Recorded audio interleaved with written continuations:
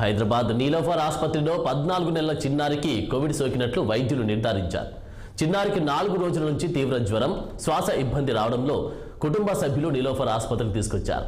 చిన్నారికి Covid positive వచ్చిందని నిర్ధారించిన వైద్యులు ఐసోలేషన్కి తరలించారు. దీంతో పాటు ఆసుపత్రిలో 120 పడకలతో ఐసోలేషన్ వార్డుని సిద్ధం చేశామని ఆసుపత్రి సూపరింటెండెంట్ ఉషారాణి తెలిపారు. ఆహార నియమాలు కానీ అలాగే వాటర్ నియమాలు కానీ ఏం లేవు.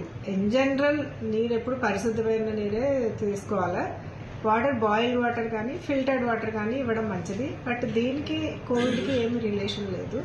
అలాగే కోవిడ్ వచ్చిన, న్యూమోనియా వచ్చిన, ఏ సిక్నెస్ ఉన్నా కూడా ప్రత్యేకించి ఆహార నియమాలు అంటూ ఏమి ఉండవు.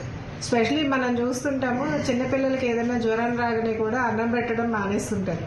చాలా వరకు అది అటుబండి పెడితే చలవ, ఇది పెడితే వేడి అని చాలా వరకు ఫుడ్ రెస్ట్రిక్షన్ చేయడం వల్ల పిల్లలు ఇంకా నీరసించిపోతారు.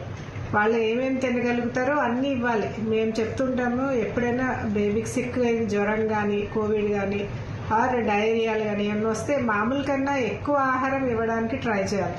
అలాగే ఎక్కువ ద్రవ పదార్థాలు ఇవ్వాలి. లిక్విడ్స్ బాగా, వాటర్ కానీ, జ్యూసెస్ కానీ. ఎందుకంటే ఈ ఫీవర్స్లో డిహైడ్రేషన్ వస్తుంది. సో ఫ్రీక్వెంట్గా ఈ లిక్విడ్స్ ఇవ్వడం వల్ల ఈ ఓఆర్ఎస్,